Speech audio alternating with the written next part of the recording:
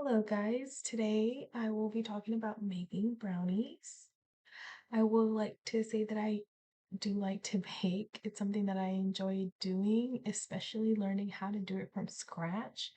I have been going into that process out of getting out of like a box cake and box brownies and starting from scratch.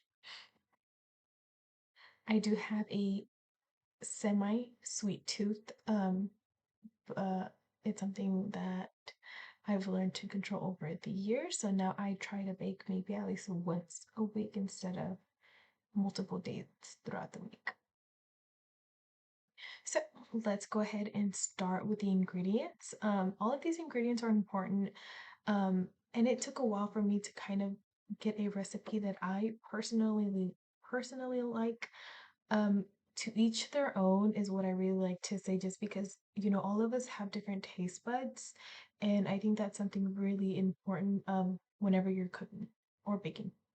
So for mine, I use 1 cup of unsalted butter. I do prefer unsalted because I'm able to kind of see or have better control of like the salt content that I add into brownies. I use 2 cups of sugar, granulated sugar. I use 4 large eggs, 1 teaspoon of pure vanilla extract, 1 cup of all-purpose flour, sometimes one and a half. I measure with the heart. Um, these are just what I average or what I think I use on average. 1/2 cup of high quality cocoa powder. Like I say, it's most likely it's 1/2 cup, but maybe I add a dash more. A 1/2 teaspoon of baking powder, a must. A 4 teaspoon of salt. And do not like I like to not skip salt, because if you have something too sweet, that salt will really balance it out. And it's something that I've noticed when it comes to baking, that salt is actually really important just to balance out that touch of sweetness. So if we're going to detail step-by-step process of preparing the batter, I will honestly start off with preheating the oven to 350, 375, most likely 350.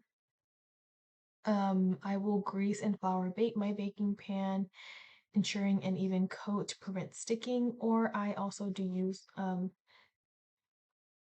not a filter, it's called liners. I use liners most of the time just because I don't like to do the cleaning.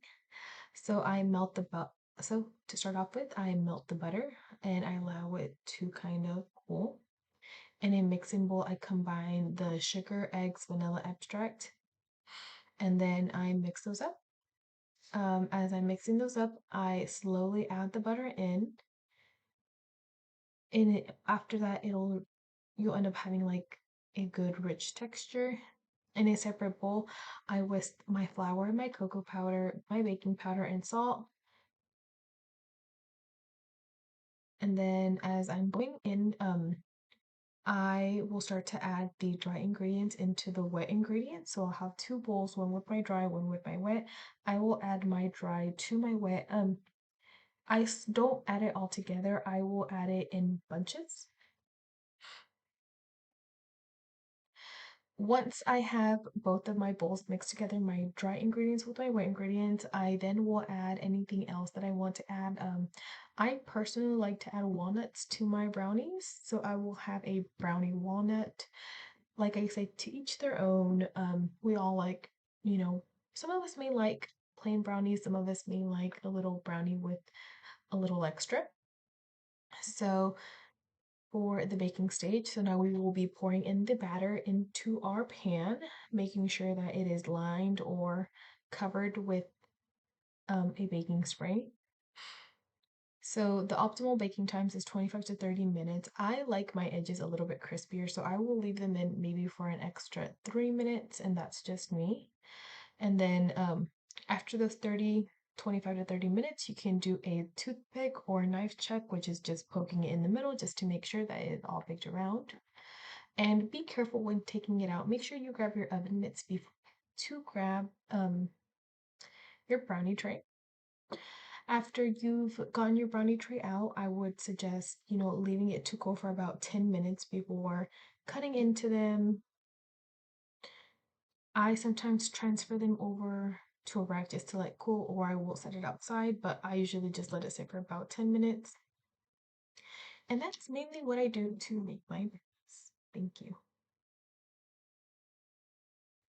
Overall, making brownies is something that's super simple, and I have gone through about 7 different YouTube videos on how to make them, but this is the most basic one that I liked, and like I said, I personally love to add walnuts to my brownies.